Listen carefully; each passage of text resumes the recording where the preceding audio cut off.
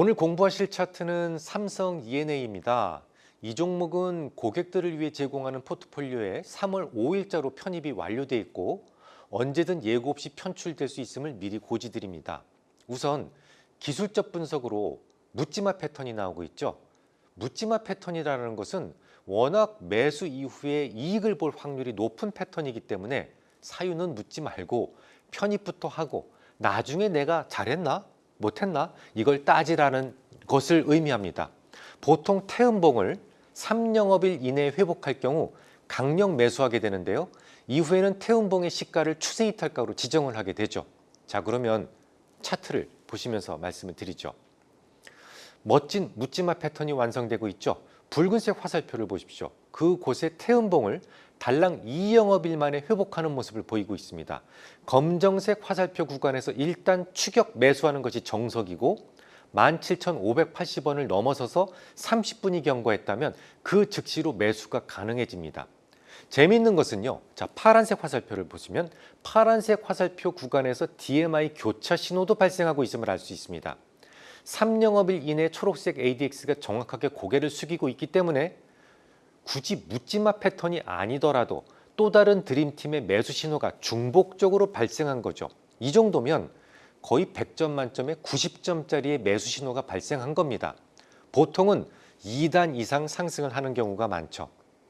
그러면 최근의 조정은 어떻게 해석할 수 있을까요? 우선 지난 시간에 배우셨던 매수 실패 신호가 보이죠. 차트를 조금만 좀 확대해서 보시겠습니다. 먼저 좌측의 동그라미 구간을 보아주시기 바랍니다.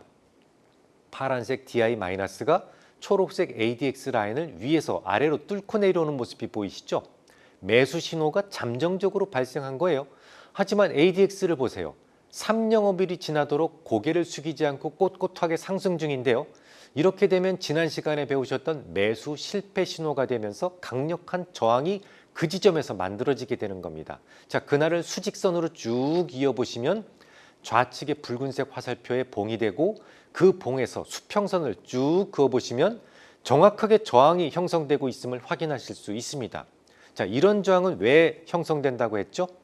DMI 매수 신호는 강한 하락 추세가 진행되다가 일시적으로 주춤하는 현상을 찝어낸다라고 말씀을 드렸어요. 그러니까 굳이 드림팀이 아니더라도 많은 투자자들이 매수의 유혹을 느낄 수 있는 그 지점이다라는 말이죠. 헌데 주가는 반등을 주지 못하고 다시 하락을 했다면 그곳에서는 많은 투자자들이 물려있는 함정이 만들어지게 되는 겁니다. 물려있는 투자자들은 본전 생각이 간절해지게 되고 본전에 오게 되면 매물이 출회되어 가격 진전이 더디거나 저항을 받는 모습이 만들어지게 되는 현상을 말하는 거죠. 그럼 이런 경우에는 어떤 전략을 구사할 수 있을까요? 자, 90점짜리 중복된 매수 신호가 발생했는데 머리 위에는 저항이 있어요. 가장 최적의 매매 기법이라면 묻지마 패턴이 발생을 했으니까 묻지마 패턴이 발생했던 오른쪽 붉은색 화살표에서 매수합니다. 그리고 저항이 명백하게 표시된 파란색 화살표에서 절반 혹은 전량 매도하는 거예요. 그러면 절반을 매도할지 전량을 매도할지에 대한 결정을 어떻게 할까요? 이 종목과 연관된 시황을 살피셔야 되고 더불어서 밸류에이션도 참조하셔야 됩니다. 물론 기본적 분석이 안 되시는 분들은 그냥 전량 매도하셔도 상관은 없어요. 이익이니까. 근데 앞서 보셨던 그 종목은 저점 기준으로 포워드 PER로 0.7배수에 불과하고 포워드 PER로는 고작 6배수에 불과했습니다. 이 정도면 이 종목의 역사적 밴드 하단부에 속하는데요. 밸류로 본다면 조금 더 상승해도 된다 이런 판단을 하실 수 있단 말이죠.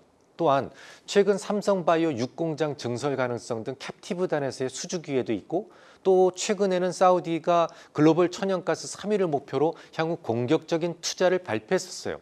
뿐만 아니라 카타르 등 이렇게 중동의 가스 투자 확대 소식이라든지 미국의 공격적인 LNG 투자 확대 이런 글로벌 천연가스 영역이 좀 확장되고 있다라는 것은 향후 삼성 E&A의 활동 영역이 넓어질 수 있음을 암시합니다. 다만 지금까지 말씀드렸던 것이 몽땅 가능성이잖아요.